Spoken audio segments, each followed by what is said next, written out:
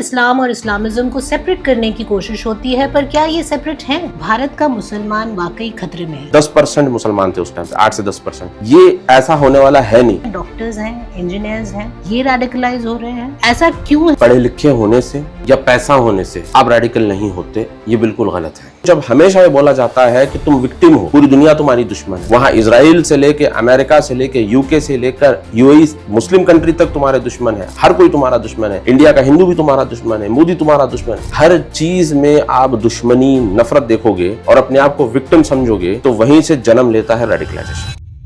Nation states का concept इस्लाम में नहीं है, to be very honest. Left और इस्लामिस्ट कोलैबोरेट क्यों होते हैं? इंडिया में सेक्युलरिज्म उस टाइम तक रहेगा जब तक हिंदू मेजॉरिटी में रहेगा। मुझे कहते हैं ये आरएसएस का एजेंट है, इस्लाम छोड़ चुका है। नहीं भाई, मैं मुसलमान हूँ। क्या भारत में कुछ चेंज हो रहा है? क्योंकि मुझे तो उल्टा नजर आने लग गया है। प्रैक्टिसिंग हिंदू और एक प्रैक्टिसिंग मुस्लिम अपनी हिंदू और मुस्लिम आइडेंटिटी से बाहर निकलकर अगर इस तरह की कॉन्वर्सेशंस कर सकें, तो आगे 2047 का जो हमारा ड्रीम प्रोजेक्ट है, उसे हम साथ मिलके पूरा कर सकते हैं। क्या ग्राउंड रियलिटी भी वही है जो हमें दिखाई जाती है? आज की बातचीत शुरू करने से पहले एक छोटा सा निवेदन। अगर आपको भारतीय संस्कृति, इतिहास और राजनीति के बारे में जानना अच्छा लगता है, तो इस पॉडकास्ट को फॉलो करें ताकि कोई एपिसोड मिस ना हो। उत्तिष्ठित जागृत प्राप्य वरान्नि बोधत, arise, awake and strive for knowledge. नमस्कार। आज द इंडिक पेन पर हम एक ऐसे विषय पर बात करने जा रहे हैं जो सिर्फ भारत ही नहीं बल्कि पूरी दुनिया के लिए रेलेवेंट है। Muslim identity, Islamism, radicalisation, nationhood and 21st century में इंडियन मुस्लिम्स का भविष्य। पब्लिक डिस्कोर्स में अक्सर इस्लाम और इस्लामिज्म को सेपरेट करने की कोशिश होती है, पर क्या ये सेपरेट हैं? अगर हाँ, तो कैसे? अमूमन विक्टिमहुड और आइडेंटिटी पॉलिटिक्स के भी नैरेटिव्स डोमिनेट करते हैं और सोशल मीडिया के युग में नैरेटिव्स खुद एक बैटलफील्ड बन चुके हैं। लेकिन क्या ग्राउंड रियलिटी भी वही है जो हमें दिखाई जाती है? इन्हीं सवालों पर चर्चा करने के लिए हमारे साथ हैं ज़ाहिक तनवीर, राइटर, कमेंटेटर और काउंटर रेडिकलाइजेशन पर गहरी पकड़ रखने वाले एक इंडिपेंडेंट वॉइस। सऊदी अरेबिया में लंबे समय तक रहने के अनुभव से लेकर भारत, पाकिस्तान और मिडिल ईस्ट के बदलते सोशियो पॉलिटिकल डायनामिक्स तक उनका पर्सपेक्टिव कई एस्टैब्लिश्ड नैरेटिव्स को चैलेंज करता है। क्या इंडियन मुस्लिम्स दुनिया के लिए एक सक्सेसफुल मॉडल बन सकते हैं? क्या पॉलिटिकल इस्लाम अपने सबसे बड़े क्राइसिस से गुजर रहा है? पाकिस्तान की नैरेटिव वॉरफेयर कितनी इफेक्टिव है? और भारत में आइडेंटिटी और नेशनहुड को लेकर आगे का रास्ता क्या हो सकता है? इन सब मुद्दों पर एक कैंडिड, नुआंस्ड और थॉट प्रोवोकिंग डिस्कशन के लिए रेडी रहिए। आइए चलते हैं। नमस्कार ज़ाहिक जी, आपका बहुत बहुत स्वागत है द इंडिक पेन पॉडकास्ट पर। Thank you so much. आपने हमें इनवाइट किया है और ये हमारी खुशकिस्मती है कि आपके पॉडकास्ट पे हम आए हैं। आपकी जर्नी बहुत ही फैसिनेटिंग है। अभी आपसे मेरी जो बात हो रही थी इस पॉडकास्ट से शुरू होने से पहले जी। तो बहुत से सवाल हैं मेरे दिमाग में और उस जर्नी से रिलेटेड मैं आपसे कई सवाल बीच में पूछूंगी। क्षमा कीजिएगा अगर कुछ ऐसा सवाल आपको लगे, क्योंकि आजकल सेंटिमेंट्स ऐसे हैं कि सडनली जो है पता नहीं चलता कि हम क्या बोल रहे हैं, सही बोल रहे हैं, नहीं बोल रहे हैं, बोलना चाहिए, नहीं बोलना चाहिए। तो मैं पहले से ही आपसे जो है क्षमा चाहूँगी, लेकिन कई सवाल हैं जो मेरे मन में एज अ रेगुलर सिटीज़न आते हैं। सबसे पहला, क्या भारत का मुसलमान वाकई खतरे में है? इस विषय पर हमने एक बार नहीं, पिछले 3 से 4 साल हमने लगातार इसके ऊपर बोला है कि भारत का मुसलमान खतरे में है। ये नैरेटिव 1930 से चलता आ रहा है। ये जो नैरेटिव है, जो बार बार कहा जाता है कि इंडिया का मुसलमान ख़तरे में है, सेफ़ नहीं है, ये नैरेटिव आज से नहीं, ये भारत आज़ाद होने से पहले से चलता आ रहा है। और इस विषय पे हमने कई जगह बोला है, कई प्लेटफॉर्म्स पे बोला है और तकरीबन 3-4 साल से हम इस विषय पे बोलते आ रहे हैं कि ये नैरेटिव बार बार लोगों के जहन में इसलिए भरा जाता है ताकि एक परमानेंट फॉल्ट लाइन इंडिया के अंदर बरकरार रहे। ये सबसे पहले आपको याद होगा जो 1857 जो रिवोल्ट हुआ था, तो अंग्रेज़ों ने इस चीज़ को देख लिया कि हिंदू और मुसलमान का जो रिलीजन को लेकर सेंटिमेंट है बहुत सेंसिटिव है। उसके बाद उन्होंने उसको एक्सप्लॉइट करना शुरू किया। फिर उन्होंने अपने कुछ एजेंट रखे या फिर अपने जो उनके व्यूज़ को एम्पलीफाई करने वाले लोग रखे। एग्जाम्पल सर सैयद अहमद ख़ान थे। इन्होंने आइडियोलॉजी घड़ी।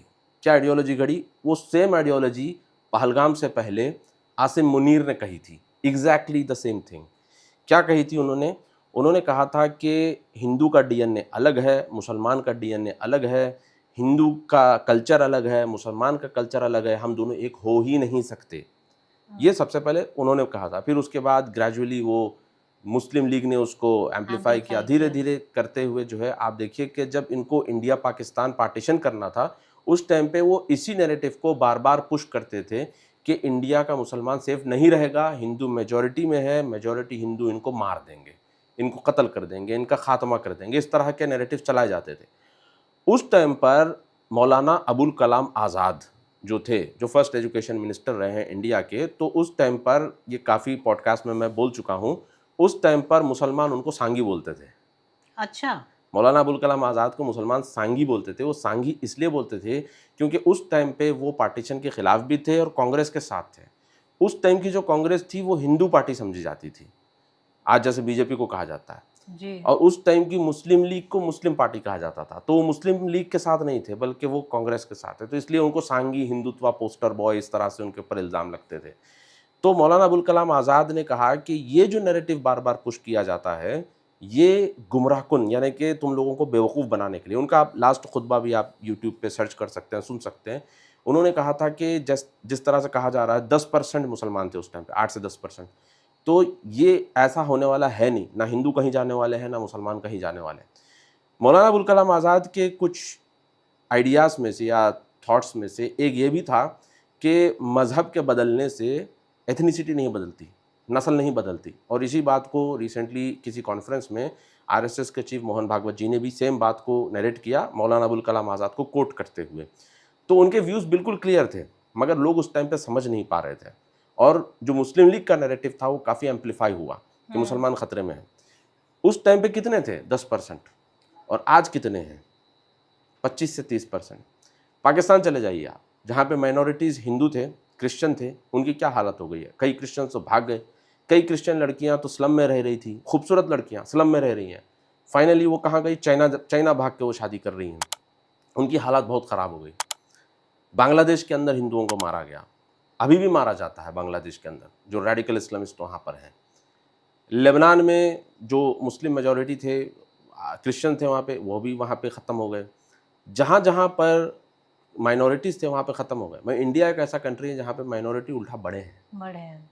10% से लेकर अभी 25 से 30% हो गए हैं। तो ख़तरे में कहाँ है? ख़तरे में रहने वाली कौम बढ़ती नहीं है, ख़त्म हो जाती है, बल्कि उल्टा बढ़े हैं।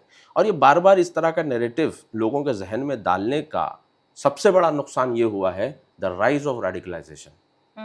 क्योंकि आपको जब हमेशा ये बोला जाता है कि तुम विक्टिम हो, पूरी दुनिया तुम्हारी दुश्मन है, तुम विक्टिम हो, पूरी दुनिया तुम्हारी दुश्मन है।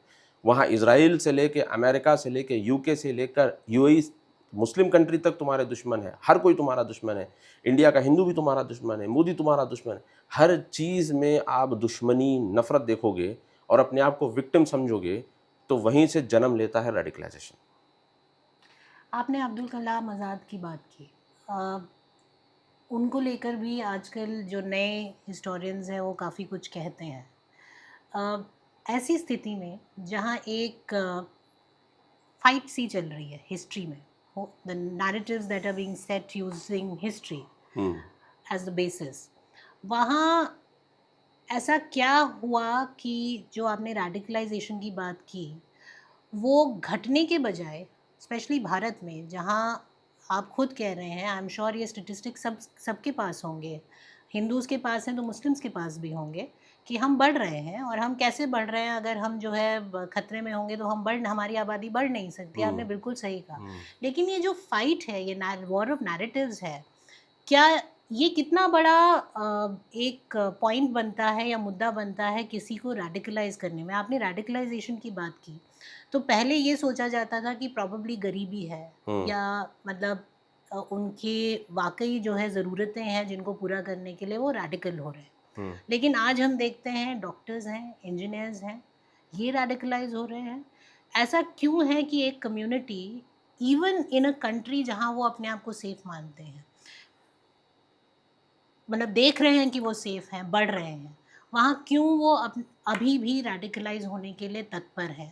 मैक्सिमम जो लोग आईसिस ज्वाइन कर रहे हैं, काफ़ी सारे भारत से जाते हैं। ऐसा क्यों हो रहा है कि पढ़ाई लिखाई होने के बावजूद भी लोग रेडिकलाइज हो रहे हैं? इसकी ये टॉपिक या ये विषय जो है बहुत कॉम्प्लेक्स है, मगर हम्म। मैं आपको सरल और इजी वे में बताता हूँ कि इसका रीज़न या कारण क्या है। हम्म। अक्सर लोगों को लगता है कि पढ़े लिखे होने से या एजुकेटेड होने से या पैसा होने से आप रेडिकल नहीं होते, ये बिल्कुल गलत है। उसामा बिन लादेन का बैकग्राउंड देख लीजिए, वो इंजीनियर रहा है, बिन लादेन फैमिली से था। अयमन अल ज़वाहिरी डॉक्टर था। इसी तरीके से आप बड़े-बड़े भी आप उठा के देखेंगे, ये टॉप नॉच लोग रहे हैं अपनी सोसाइटी के।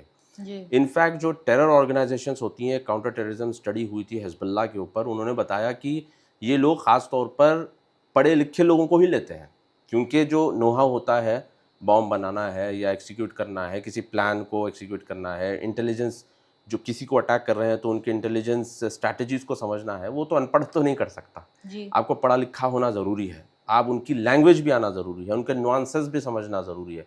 तो कोई जाहिल तो नहीं कर सकता, वो पढ़ा लिखा आदमी कर सकता है।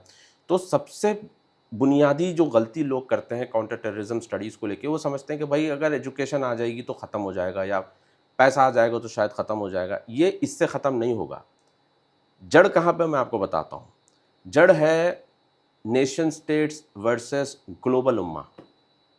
शायद बहुत सारे मुसलमानों को मेरी बात पसंद नहीं आती है। बहुत सारे लोग कहते हैं कि यार ये तो उम्मा के ख़िलाफ़ है। अरे मैं उम्मा के ख़िलाफ़ नहीं हूँ।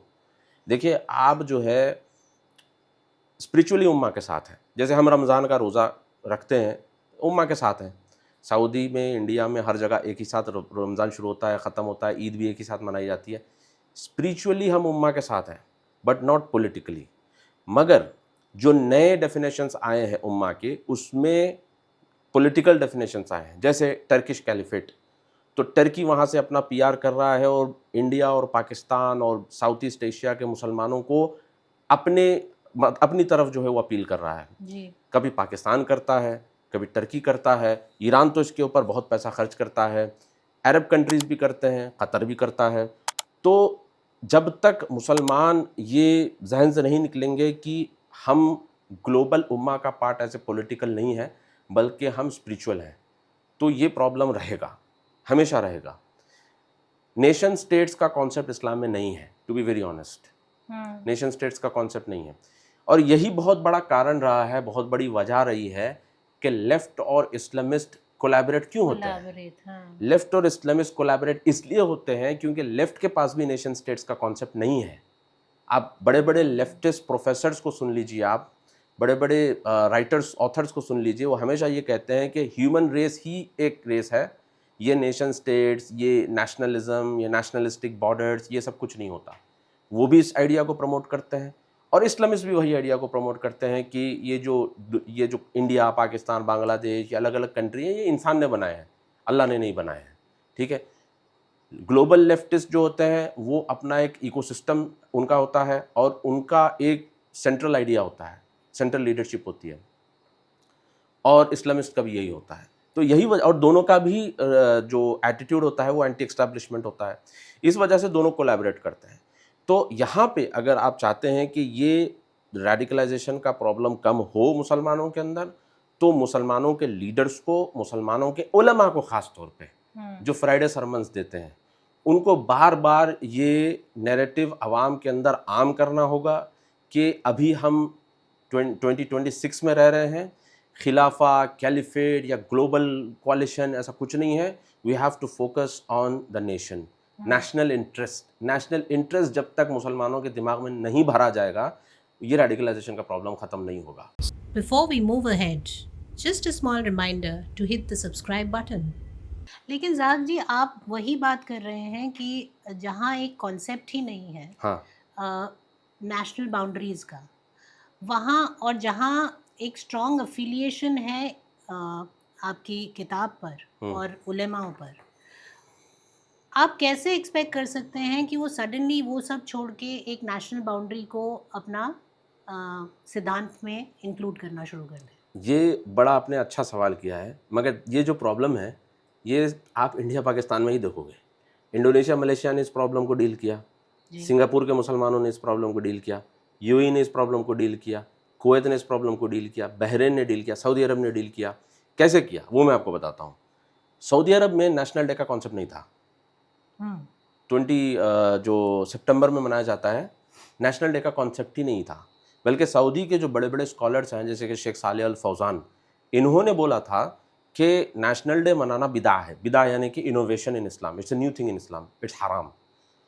मगर सऊदी ने इस नेसेसिटी को इसलिए समझा क्योंकि जब उन्होंने देखा आईसिस का जब राइज हुआ था, तो सऊदी से लोग जा रहे थे, कुवैत से लोग जा रहे थे, बहरीन में भी ये कॉन्सेप्ट नहीं था। मगर बहरीन में उन्होंने इसलिए पुश किया क्योंकि अभी भी रिसेंटली भी हुआ है, लोग तो रहते हैं बहरीन के अंदर मगर अफिलिएशन अपना ईरान के साथ बता रहे हैं। मतलब जो ट्रांसनेशनल अफिलिएशंस लोगों के बनना शुरू हुए, तो उनको ये नेसेसिटी फील हुई कि अब हमको क्या करना चाहिए। तो लीडर्स ने क्या किया, उन्होंने नेशनलिस्टिक फीलिंग को मतलब अंदर भरा उनके कि भाई आप इसी ज़मीन के हो, यहाँ यहीं के हो, आपके बाप दादा यहीं के हैं। एक चीज़ ये उन्होंने की, नेशनल डे इन्होंने मनाना शुरू किया। दूसरा, जो स्कॉलर्स थे उनको बोला गया कि तुम अपने खुतबों के अंदर, अपने सरमन्स के अंदर तुम बोलोगे कंट्री के बारे में। इसलिए वहाँ पे सऊदी अरब में भी जब खुतबा होता है तो खुतबे के एंड में बिलाद अल हरमैन शरीफैन, मतलब उन्होंने नाम लेके दुआ करते हैं कि भाई अच्छा। May God protect this land, this nation.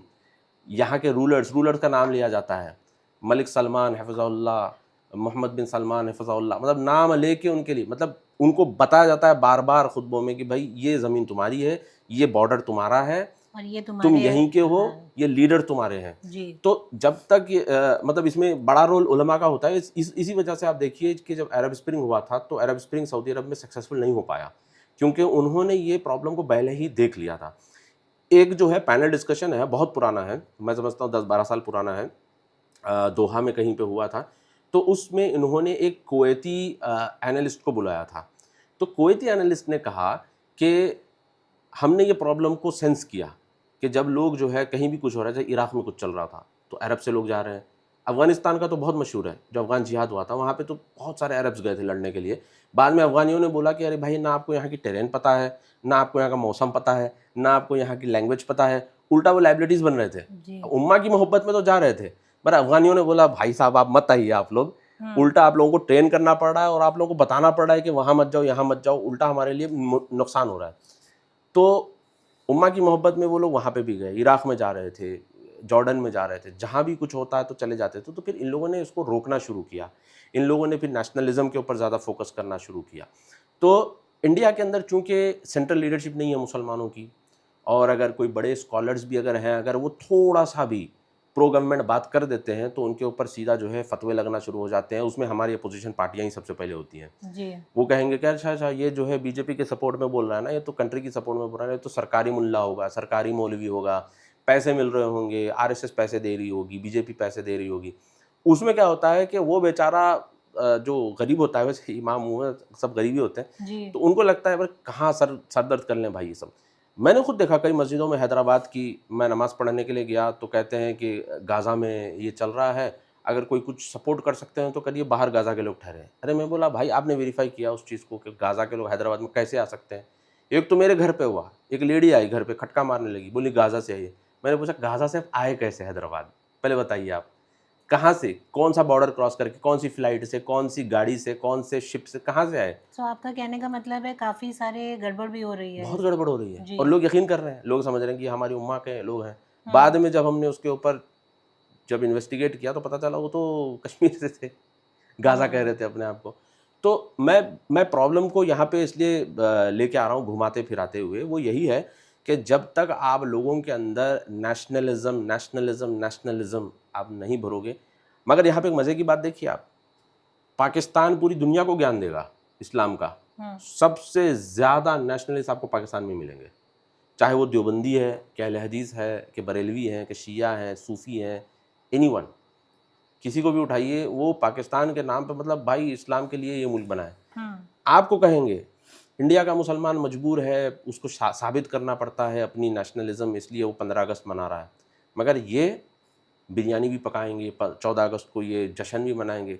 इतने हिपोक्रेट होते हैं। इनके उलमा को मैंने देखा है पाकिस्तान के, इंडिया के लोगों को बोलेंगे कि नहीं ये नहीं कर सकते आप, नेशनल डे नहीं मना सकते, हराम है, और खुद मनाते हैं, खुद फ़ख्र करते हैं।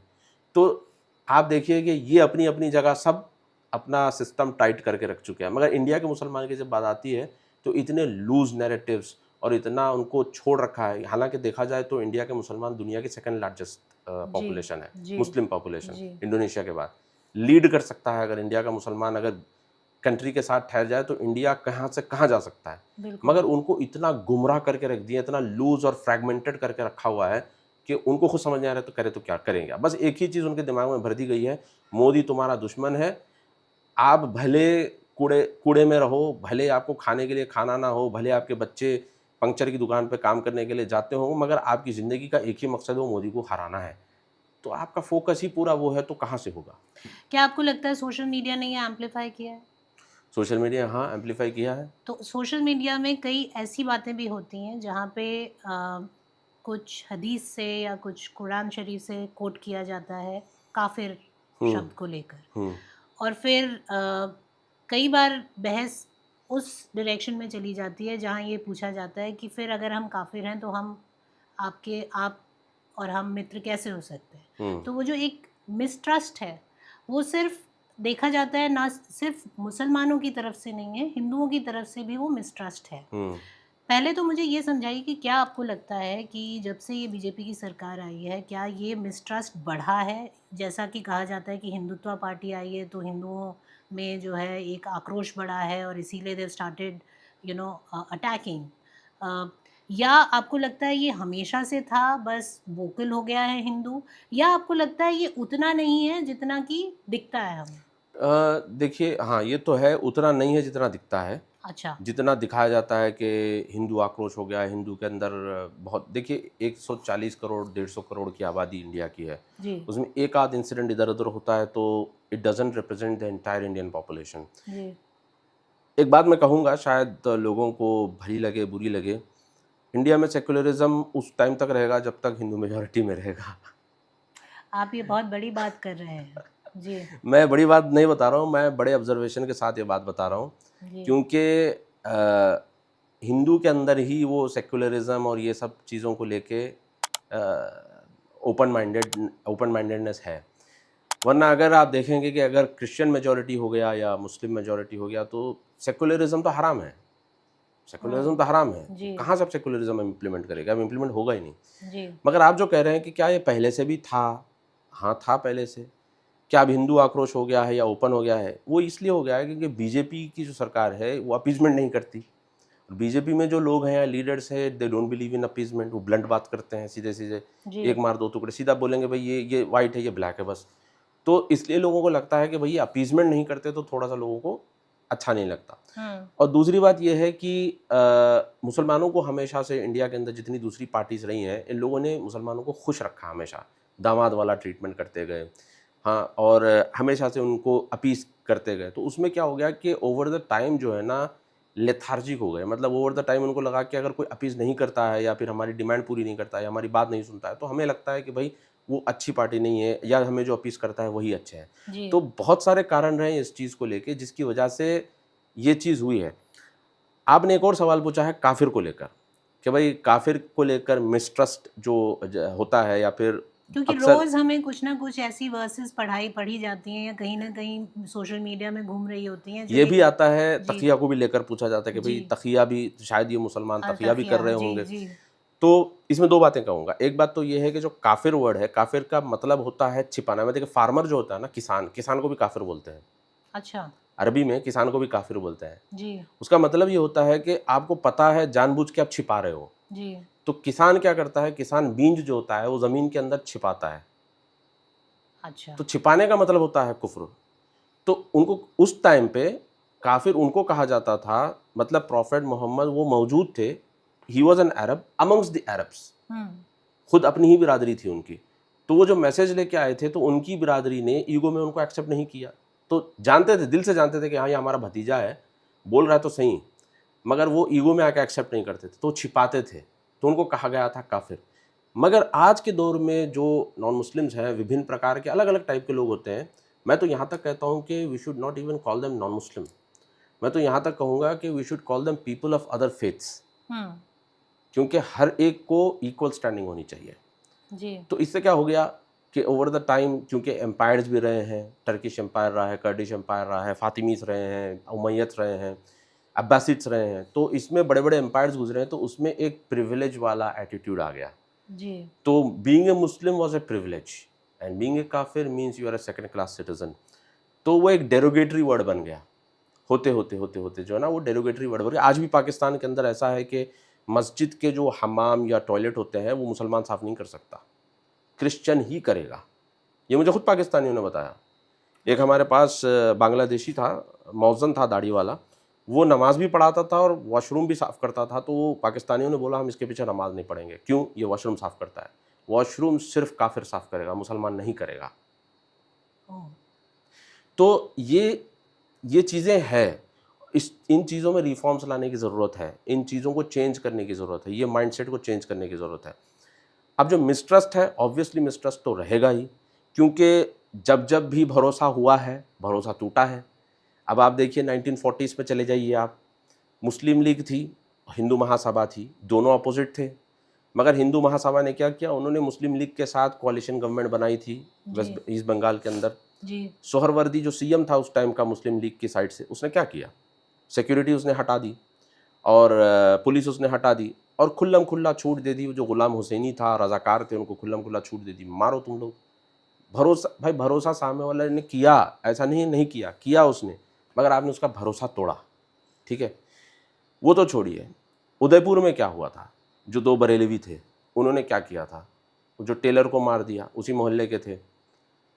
बीजेपी ने क्या उन पर भरोसा नहीं किया था? किया था भरोसा, उनको मेंबर तक बनाया था, फिर आपने क्या किया?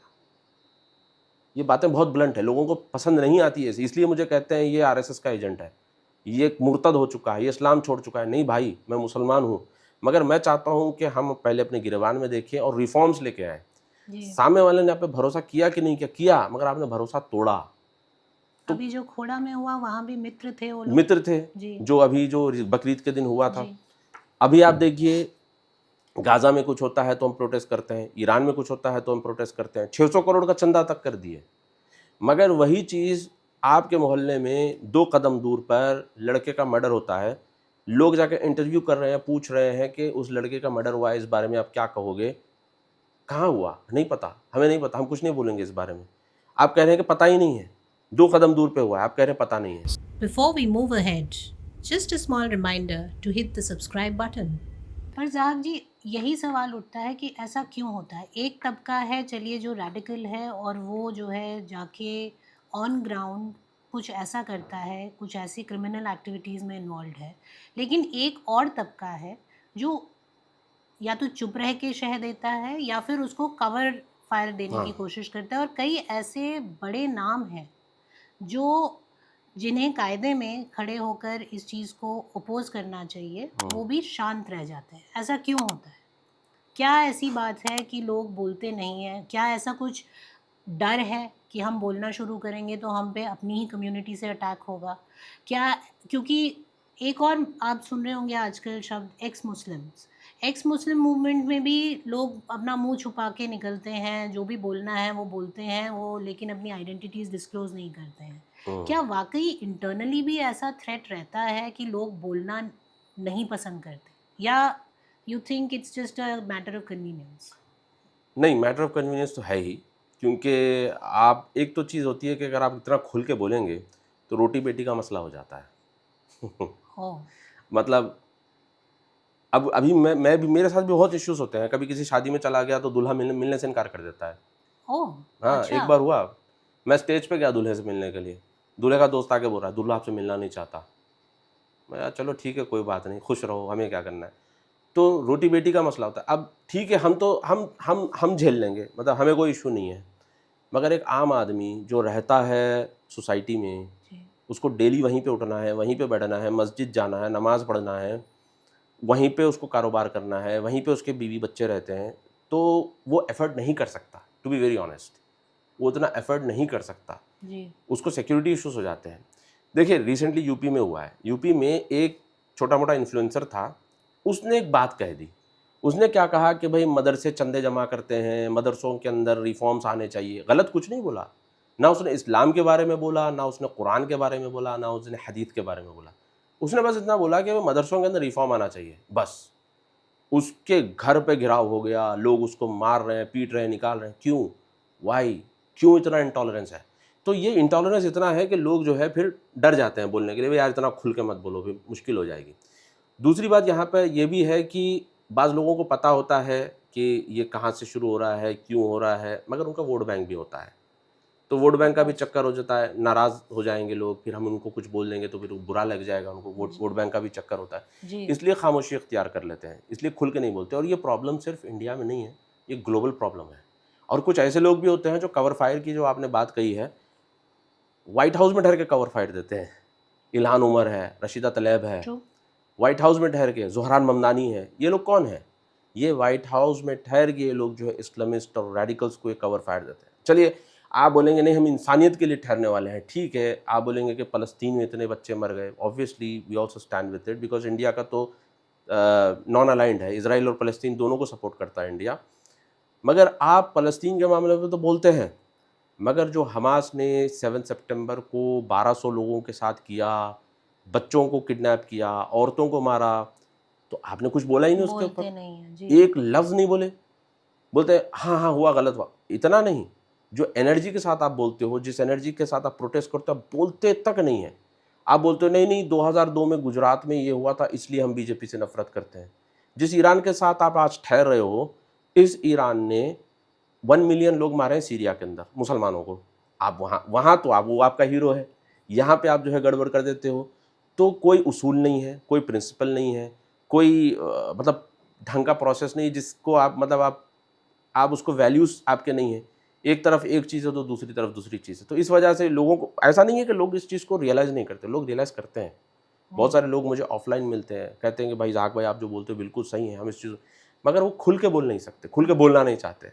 डर जाते हैं कि भई हमारी दुकान का मसला हो जाएगा, हमारे कारोबार का प्रॉब्लम हो जाएगा। अब आप देखिए, मैं तो ख़ैर मेरा तो कोई ना तो मेरा मदरसा है, ना तो मेरा स्कूल है, ना तो मेरी कोई कंपनी है, ना तो मेरी कोई दुकान है कि मैं घबराऊँ इस चीज़ को बोलने के लिए। मगर अक्सर लोग ये भी कहते हैं कि भई इतना खुल के भी मत बोलो कि कल के दिन बच्चों की कोई शादियों का दिक्कत मसला हो है जी। जाएगा, ऐसे हो जी। जाएगा। तो ऐसा नहीं है, कई लोग तो कहते हैं मुर्तद हो गया है, काफ़िर हो गया है। अब एक और बात आपने जो एक्स मुस्लिम की कही है कि एक्स मुस्लिम चेहरा छिपा के निकलते हैं। कई एक्स मुस्लिम्स मुझसे कॉन्टैक्ट करते हैं, ठीक है? मैं 30-30 मिनट, 40 मिनट उनसे बात करता हूँ। उनका ग्रीवेंस समझने की कोशिश करता हूँ कि भाई उनके वो अगर एक्स मुस्लिम हुए तो क्यों हुए हैं? जी। क्या रीज़न रहा है, क्या कारण रहा है, क्या उन्होंने देखा, क्या उन्होंने फ़ील किया?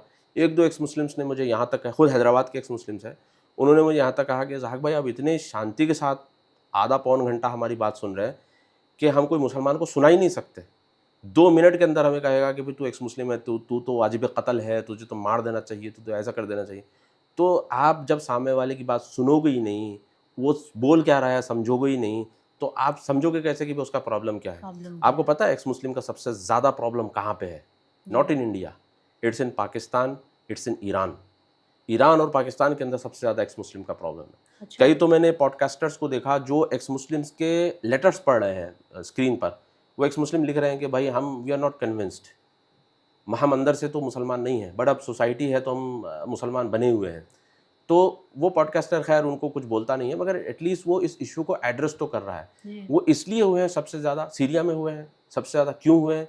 क्योंकि आप हर चीज़ में इस्लाम, हर चीज़ में इस्लाम, हर चीज़ में इस्लाम, और आप अपना मतलब डोमिनेशन कर रहे हो, लोगों को सता रहे हो, गुंडागर्दी कर रहे हो आप, लोगों का माल छीन रहे हो, लोगों के साथ ज़बरदस्ती कर रहे हो और लास्ट में आप कह रहे हो इस्लाम है। तो लोग जो है बदज़न हो जाते हैं इस चीज़ को लेकर। इसीलिए अब देखिए एक्स मुस्लिम मूवमेंट यूएई में क्यों नहीं है? एक्स अभी मुस्लिम इन बहरीन में पाकिस क्यों नहीं है? जी। क्योंकि उन लोगों ने जहाँ इस्लाम को रखना है रखा, मतलब दे separated the church and the state. उन्होंने राइट। अलग-अलग कर दिया। बोले कि भाई पॉलिटिक्स अलग है, आप रिलीजन एज़ इस्लाम अलग है, स्पिरिचुअलिटी आप अलग दोनों है। अपना-अपना फॉलो जी। करिए। मगर ईरान के अंदर सबसे ज़्यादा मिलेंगे। ईरान में तो कई ऐसे हैं जो टर्की चले जाते हैं या फिर वेस्ट चले जाते हैं, एक्स मुस्लिम्स हैं। आपको मैं एक ज़रूर अपने पर्सनल कॉन्वर्सेशन से वाक़या शेयर करूँगी ताकि आप इस कॉन्टेक्स्ट को थोड़ा हम इस पे और बात कर सकें। मेरी एक मित्र हैं, वो किताब लिख रही हैं, she is a Muslim from Europe. हुँ, और शी वाज़ बैटर्ड, उसके फादर से लेके, कज़न से लेके मतलब बहुत ही बुरा उसके साथ लाइफ में रहा। And then she ran away to India, और यहाँ पे उन्होंने अपना कुछ करियर बनाया है, फिल्म्स में छोटे मोटे रोल्स करती हैं और हम्म। मैं नाम नहीं लूँगी। लेकिन बात हो रही थी मेरी, वो अपनी कहानी लिखना चाह रही थी, किताब लिखना चाह रही थी उस पे। एंड सडनली मैंने बात की कि it's such a powerful story, आपको बोलनी चाहिए, there should be more women coming out and speaking about the atrocities that they have to face hmm. In the name of, जैसा आपने कहा, इस्लाम। इस्लाम के नाम पे। अ, फिर मैंने मेंशन किया मोहम्मद बिन सलमान। हम्म। मैंने कहा देखिए वो कितना रेडिकल चेंजेस ला रहे हैं अपने उसमें। And the most striking and disturbing thing was that she said he is left Islam, उनका इस्लाम से कोई मतलब नहीं ये है। लेडी बोल रही है। तो आई वांटेड टू अंडरस्टैंड ये सेंटिमेंट कहाँ से आ जाता है, जहाँ आप सऊदी के जो हेड हैं, लीडर हैं, जो ना सिर्फ उनके पॉलिटिकल लीडर हैं बट स्पिरिचुअल वो भी माने जाते हैं, उनको आप इस तरह से क्वेश्चन करने लगते हो जस्ट बिकॉज आजकल उनके जो चेंजेस वो लाना चाह रहे हैं अपने सोशल सेटअप में, उसको एक पर्टिकुलर तबका जो इस्लाम का है वो उसको सही नहीं मान रहा। ये बीमारी तो बहुत पुरानी है। जी ये अभी अभी नहीं हुई है, ये जी बहुत पुरानी बीमारी है। लोग एक दूसरे को काफिर काफिर कह के गले काटे हैं। ठीक है, मतलब पहले तो काफिर के खिलाफ उठे, फिर उसके बाद जब ख़त्म हो गया तो भाई अपने आप को, अपने आपस में एक दूसरे को काफिर बोलने शुरू किए जी और एक दूसरे के गले काटने शुरू किए। शिया सुन्नी को काफिर कहता है, सुन्नी शिया को काफिर कहता है, देवबंदी बरेलवी, बरेलवी को देवबंदी, मतलब ये बहुत कॉमन पैटर्न है। अब मोहम्मद बिन सलमान, अब इनको लगता है कि अगर आप थोड़ा सा भी, जैसा एग्जाम्पल मोहम्मद बिन सलमान ने क्या किया, उसने औरतों को ड्राइविंग दे दी। पूरी दुनिया में हल्ला चल रहा है, हाय हाय सऊदी अरब में औरतें गाड़ी चला रही हैं, तो नहीं चलाएंगी गाड़ी। 1990s में सऊदी के एक स्कॉलर थे नासिरुद्दीन अलबानी, उनसे पूछा गया था कि क्या औरतें गाड़ी चला सकती हैं, उन्होंने कहा क्यों नहीं चला सकती। उस टाइम पे तो औरतें घोड़ा भी चलाती थी, खच्चर पे बैठती थी, घोड़े पे बैठती थी, वो चलाती थी, खुद अकेले ट्रैवल करती, क्यों नहीं कर सकते। तो सोसाइटी कंजर्वेटिव थी, तो उन लोगों ने बोला भाई अभी हम इसको ओपन करेंगे तो बैकलैश हो सकता है। जी दो नासिरुद्दीन अलबानी बोल दिया था कि हाँ कर सकते हैं, कोई इश्यू नहीं है, मगर सोसाइटी एक्सेप्ट नहीं कर रही थी उस चीज़ को। अब इन्होंने ओपन किया है।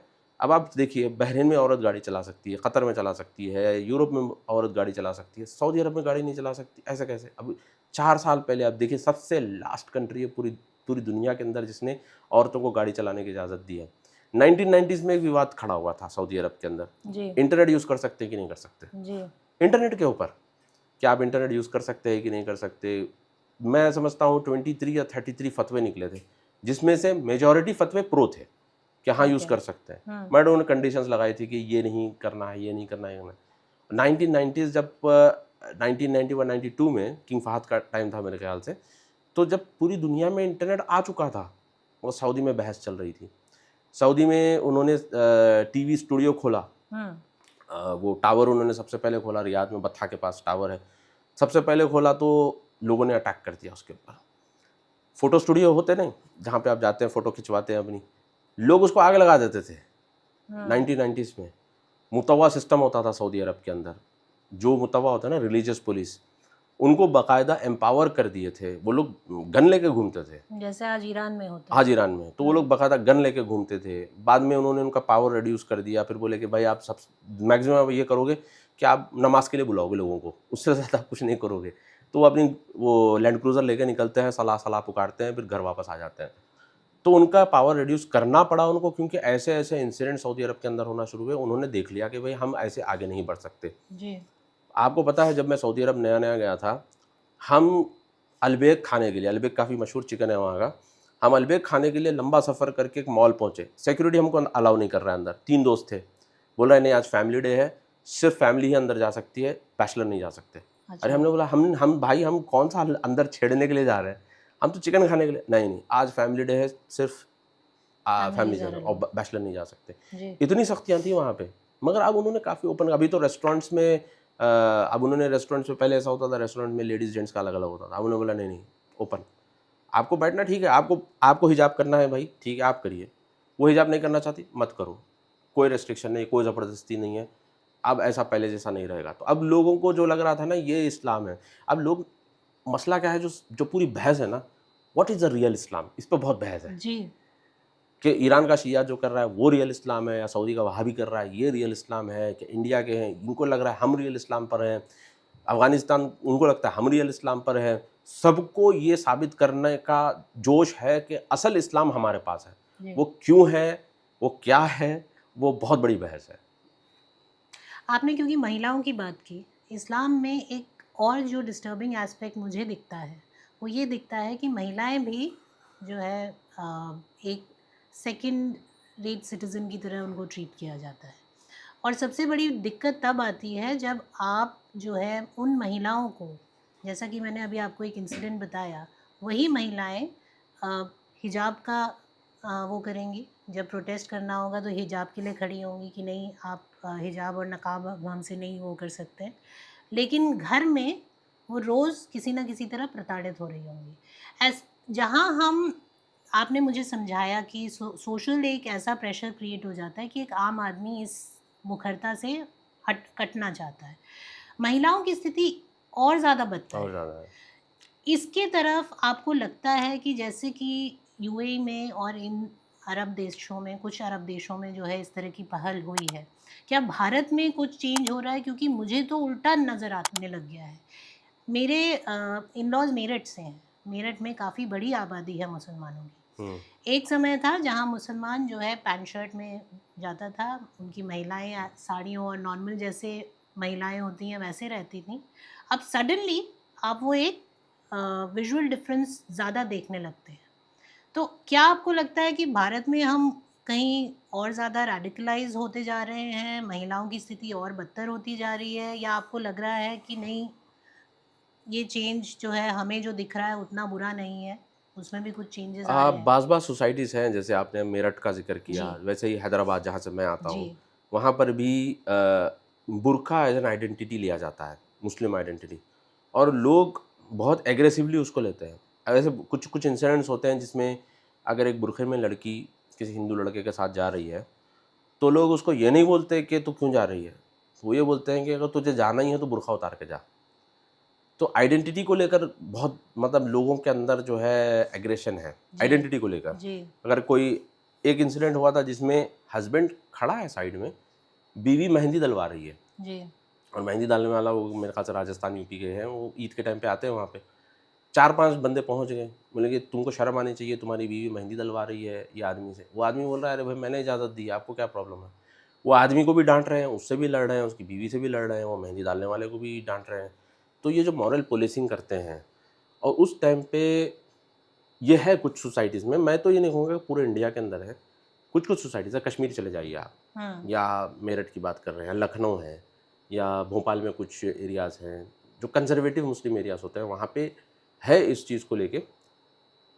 इसके रिपरकशंस भी हैं। मैं जो हो रहा है सोसाइटी में वो मैं बता रहा हूँ। जब आप एक्सट्रीमली रिलीजियस होकर लड़कियों को हर चीज़ में डाँटोगे, मारोगे, हर चीज़ में उनको रोकोगे, और फिर आप एंड में ये कह दोगे hence Islam says it that's why I am doing it, तो वो इतना बदजन हो जाती हैं, एक तो मर्द के शॉविनिज़्म से, और दूसरा इस्लाम से, और तीसरा उसके अंदर डिसबिलीफ आना शुरू हो जाता है। जी, तो आप खुद अपनी खबर खोद रहे हो। तो इस्लाम देखिए, कुरान के अंदर चादर का ज़िक्र है, कुरान के अंदर ब्लैक बुर्क़े का ज़िक्र नहीं है, कहीं नहीं है। यही बात मोहम्मद बिन सलमान ने कही थी, 2018 में शायद उसने बोली थी कि ब्लैक बुर्क़ा कुरान के अंदर नहीं है। लोगों ने कहा अरे ये तो इस्लाम से हट गया, ये तो मुर्तद हो गया, काफ़िर हो गया। अरे उसने कोई गलत बात नहीं की। मैंने रिसेंटली एक देवबंद के मुफ्ती से भी मिला मैं, वो भी यही बात बोल रहे थे कि भाई मेरा भी जो व्यू है बुर्क़े को लेकर वो यही है कि ये ईरान पर्शियन ये सेटअप है जो पूरा ब्लैक बुर्क़ा है। उलमा ने इसके ऊपर लिखा है हाँ ब्लैक बुर्क़ा इसलिए क्योंकि वो सी थ्रू नहीं होता, इसलिए हमने उसको परमानेंट कर दिया है। मगर एक्चुअल में देखा जाए तो ना ब्लैक बुर्क़ा है ना वाइट बुर्क़ा है। चादर का ज़िक्र है, मॉडेस्ट क्लोथिंग का ज़िक्र है, ढीले-ढाले कपड़े पहनिए, रिवीलिंग कपड़े मत पहनिए, दैट्स इट। अब उसको आपने इसको इतना मैंडेटरी कर दिया है कि कोई जो कि हिंदू सोसाइटी में भी हिंदू होता सोसाइटी था। में भी है। इनफैक्ट ना सिर्फ महिलाओं के लिए, पुरुषों के लिए भी एक ज़माने तक टोपी पहनना हाँ, ज़रूरी होता था। जो नेहरू टोपी या वो पहनते थे लोग, पगड़ी पहनते थे, it used to be an mandate that way. अब हाँ, अब इसमें आपने बहुत अच्छी बात यहाँ पे छेड़ी है टोपी जी, को लेकर। जी, मुझे याद नहीं है कि मैंने लास्ट टोपी कब पहनी है। जी, हाँ, मुझे याद है रमज़ान में मैंने पहनी थी, वो जी, भी ईद के दिन, एक ही जी, दिन। जी, तो टोपी मैंडेटरी नहीं है, लोगों ने टोपी को मैंडेटरी कर लिया है, दाढ़ी मैंडेटरी नहीं है, लोगों ने दाढ़ी को मैंडेटरी कर लिया है, कुर्ता पजामा मैंडेटरी नहीं है, लोगों ने उसको मैंडेटरी कर लिया है, काला बुर्का मैंडेटरी नहीं है, लोगों ने उसको मैंडेटरी कर लिया है। बल्कि मैं कुछ ट्रेडिशनल स्कॉलर्स को जानता हूँ जिन्होंने इस आइडिया को तक प्रमोट किया है कि आप जिस सोसाइटी में रहते हैं उस सोसाइटी के कल्चर को आप अडेप्ट करिए।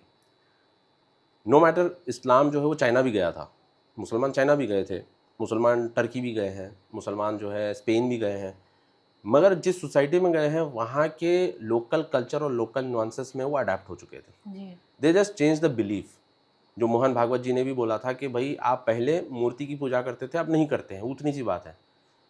अटल बिहारी वाजपेयी जी जब अफ़गानिस्तान गए थे तो वहाँ पे किसी होटल में रुके थे और उस होटल का नाम मेरे ख्याल से, मुझे याद नहीं आ रहा है नाम, वो कोई इंडियन किंग के नाम से था। तो उन्होंने अफ़गान को पूछा कि ये किसका नाम है? उन्होंने बोला कि ये हमारे किंग का नाम है। तो अटल बिहारी वाजपेयी जी ने बोला कि इन्होंने सिर्फ अपना धर्म बदला है, प्रार्थना का तरीक़ा बदला है।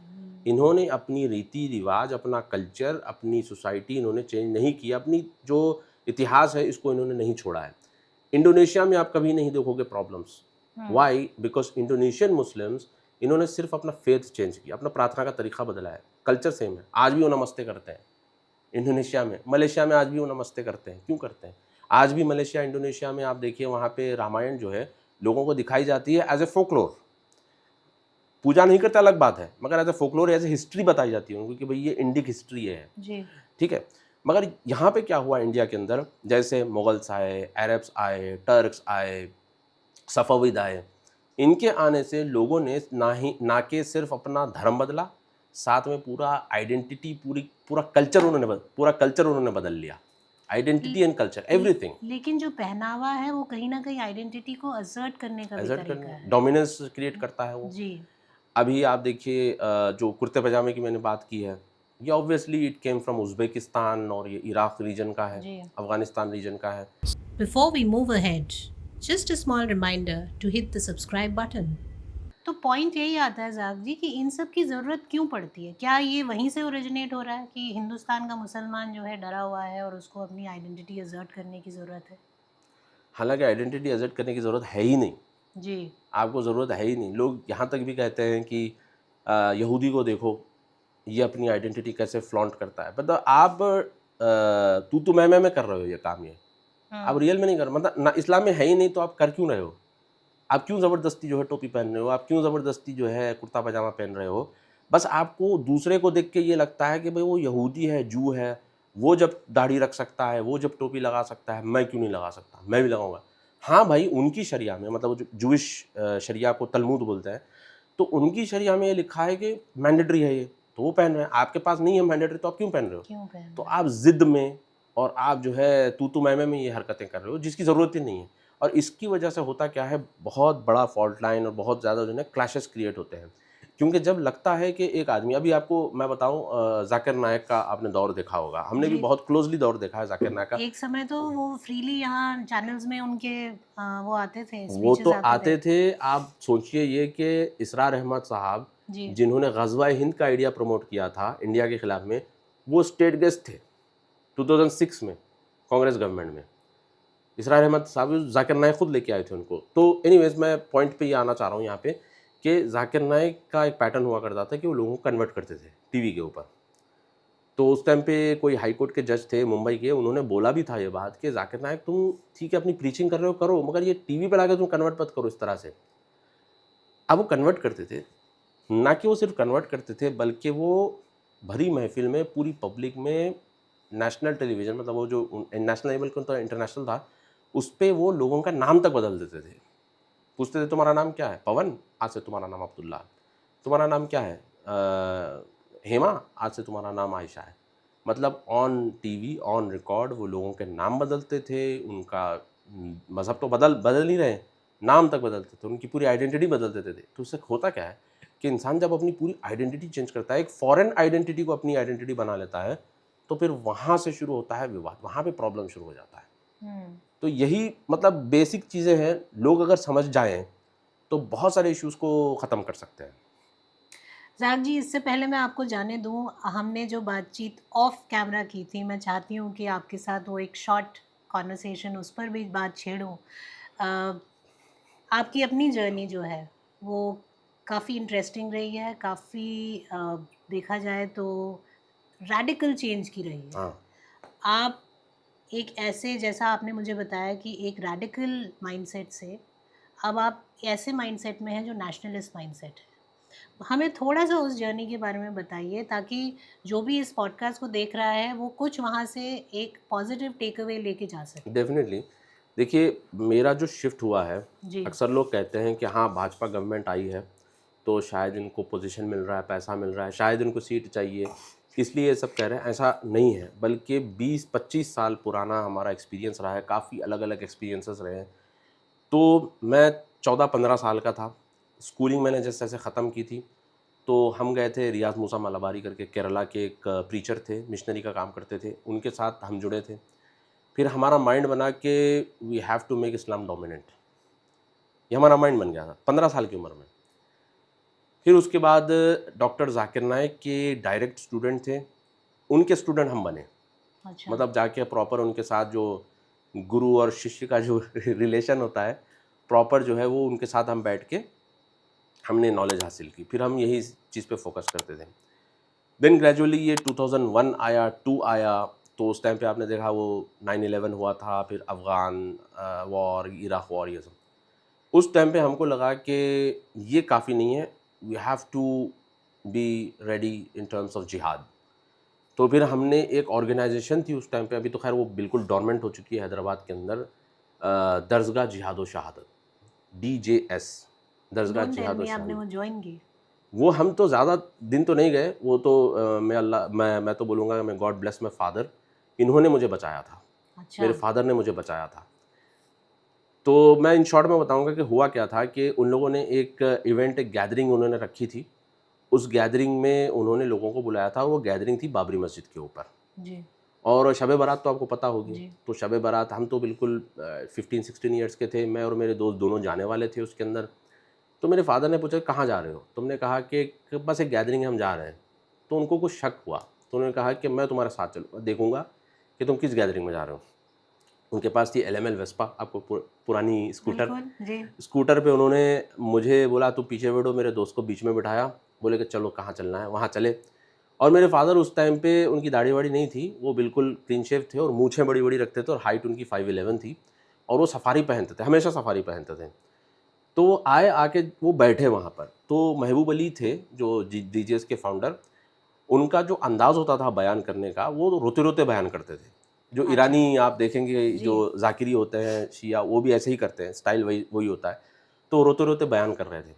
तो जैसे वो बयान कर रहे थे, बता रहे थे कि देखो इतने मुसलमानों के साथ ये हुआ है, हम बाबरी बनाएँगे जाके वहाँ पे, हम ईंट जमा करेंगे 500-600, कुछ बात चल रही थी उस टाइम पे, इतने हम ईंट जमा करेंगे, हम हैदराबाद से जाएँगे, बस हमें 500 नौजवानों की ज़रूरत है, अपना नाम लिखवाओ, हम शहीद होंगे बाबरी मस्जिद के लिए, सब बातें चल रही थी। अब वो रात में चल रहा था, शब बारात की रात को। तो मेरे फ़ादर वो दीवार को टेक लगाए ऊँघ रहे थे ऐसे-ऐसे। तो एक बंदा उनके बगल में बैठ के उनको पूछता है, "आप किस डिपार्टमेंट से आए हो?"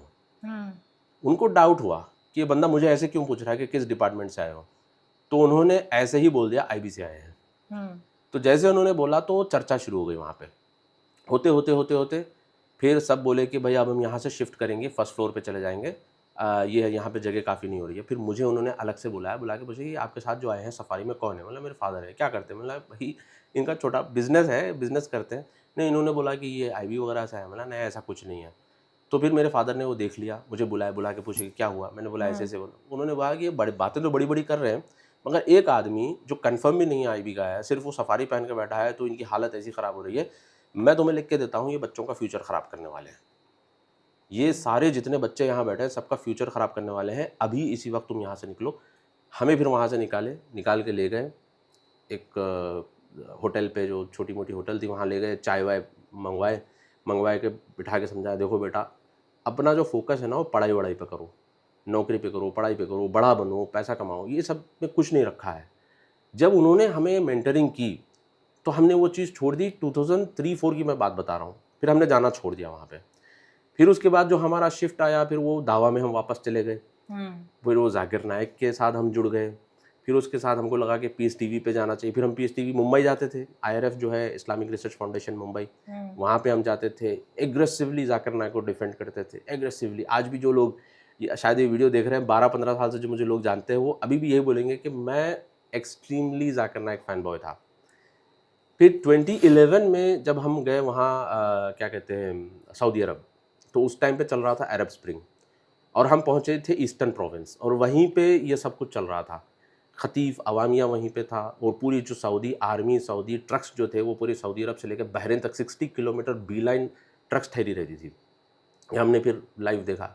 फिर वहाँ पे एक स्कॉलर है शेख मोहम्मद बिन रमज़ान अल हाजरी नाम है उनका, उनके गैदरिंग्स में हम जाके बैठना शुरू किए, तो वहाँ से हमको पता चला मुस्लिम ब्रदरहुड, जमात इस्लामी, इख्वानुल मुस्लिमीन, ये पूरा जो नेक्सस है इनका, ये सारी चीज़ें पता होना शुरू हुई। बिटवीन 2013 एंड 2018 मैं कहूँगा उनके पास जाते थे।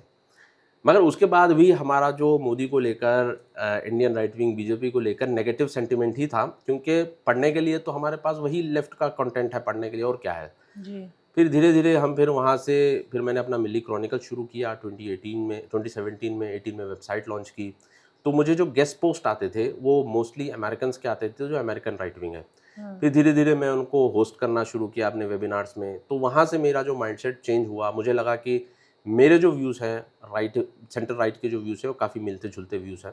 फिर वहाँ से जैसे टिल्ट होना शुरू हुआ, बाई 2020 या 21 मुझे एक बहुत ही हमदर्द दोस्त मिले इंडिया में। He is a Muslim, practising मुस्लिम, और बहुत नॉलेजेबल, एक्सट्रीमली नॉलेजेबल।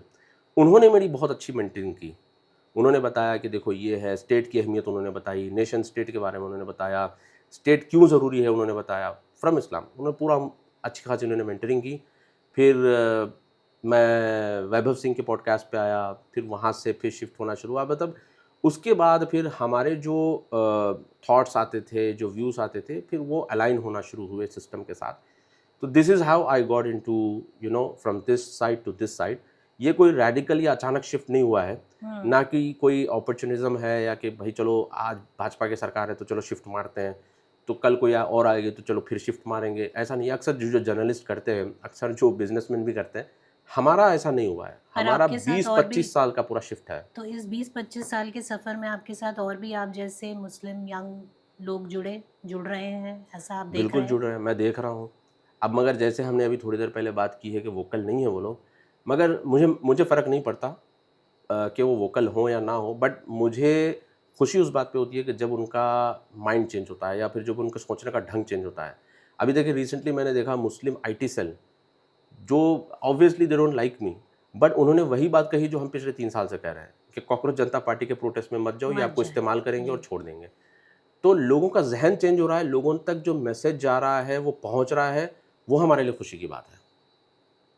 ज़ाक जी, आज की कॉन्वर्सेशन बहुत छोटी है आपसे बात करने के लिए, बट एक अच्छी शुरुआत है।